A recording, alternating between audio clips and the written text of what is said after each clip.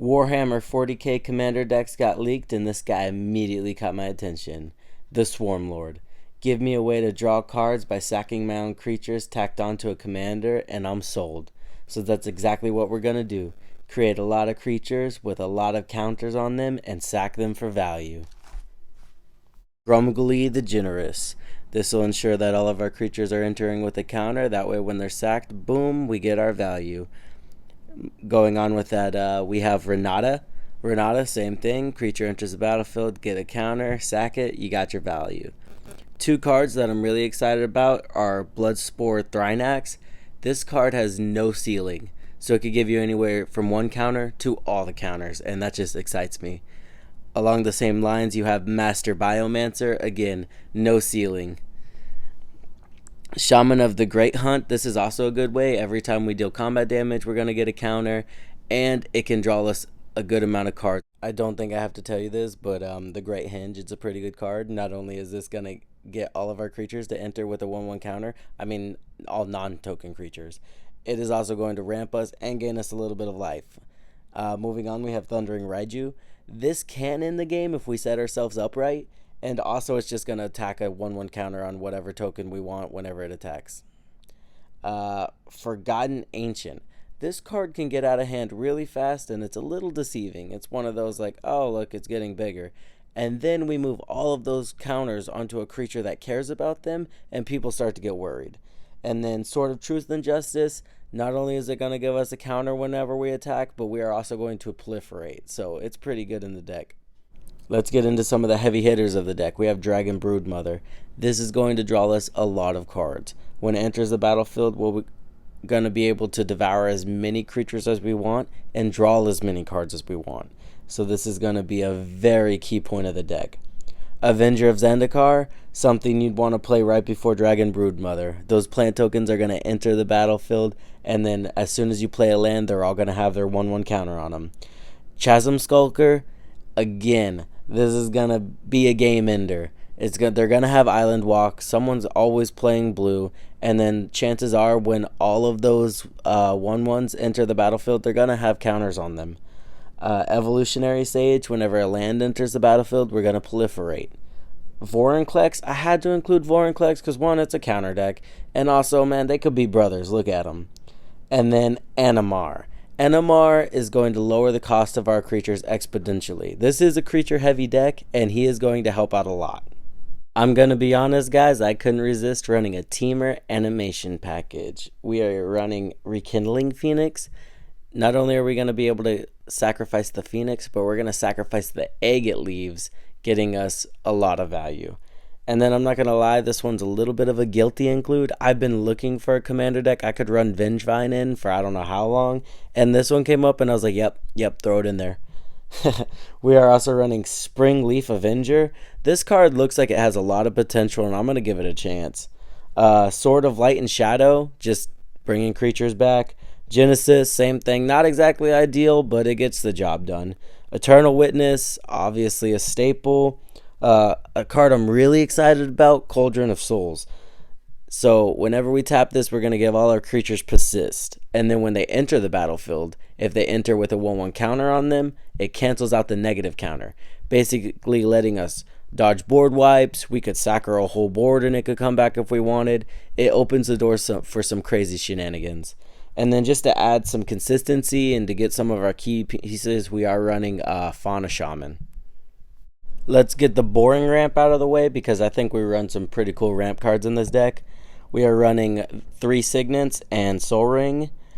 And then let's get into the kind of cooler stuff. We've got Fertilid. I always thought it'd be kind of cool to see how long I could keep Fertilid alive and like activate his abilities as much times as I want. And in this deck, I think we could do that. Rishkar, all of our creatures are going to be able to tap for mana if they got a counter on them, plus he'll throw some counters on some creatures. Savala, hopefully we're going to be making some giant creatures, so let's tap her for a shit ton of mana. Secure Tribe Elder comes in, gets a counter, sack him, draws a card, get a land, seems pretty good. Gyre Sage, again, let's see how big we can get this and see how much mana we can tap it for. Rampant Rejuvenator, I think you're seeing the theme, we're just trying to get stuff big. And in this case, we're trying to sacrifice it and get a lot of lands. And then Kodama of the West Tree. I like this card because I see us getting a lot of land cards off of it, and I'm pretty excited. Alright, let's draw some cards with Greater Good. This is a good card to put in any deck where you're trying to make big creatures. And then when someone goes to destroy your big creature, you just sack it in response and you get something out of it. It's amazing. Soul of the Harvest, it is a creature heavy deck, so every time we cast one of those creatures or one enters the battlefield, we're going to be drawing a card. Elemental Bond, most of our creatures are going to enter the battlefield with more than 3 power, so this is going to do the same thing. And then we are running Minsk and Boo. I'm excited to see how this card performs. It looks promising, and I can't wait to try it out. Fathom Mage, again, we're just trying to make this big and draw cards while it's happening. Zimic Guild Mage, this is going to make our creatures enter with 1/1 counters if we pay that cost. And also we can remove a counter from a creature to draw a card, so that's going to be really good in the deck. Tatiova, any deck where you're trying to put a lot of lands into play, just throw her in there. Temur Ascendancy, not only is this going to give our creatures haste, but we're also going to draw a card if they have power 4 or greater, so that's great. Bred for the Hunt, this is going to draw us a card every time one of our creatures with a 1/1 counter on it deals combat damage to a player, so this has the potential to draw us a lot of cards. And then Evolutionary Leap, this is somewhat of a underrated card, I think. It replaces a creature. You can sacrifice a token to get a creature from your library. It's very good in a pinch, and it's very good late game when you're just trying to dig and find that next creature. Beast Within, this is going to gift your opponent a 3/3 beast, and they're going to be very happy about it. Song of the Dryads, this is amazing to play on someone's commander and just watch them just not be able to get rid of it. It's pretty great. Chaos Warp, this is a sneaky good one because people look at it different than removal, because they're like, oh, maybe I'll get something off the top of my library, and sometimes like they don't even come after you that hard after using it. Mana Drain, this one I like to put in mana intensive decks because you can just have a heavy turn after it. Reality Shift, this is just going to let us get rid of a creature. Steelbane Hydra, I thought this was cool to run in the deck, and I think this is a cool card in general.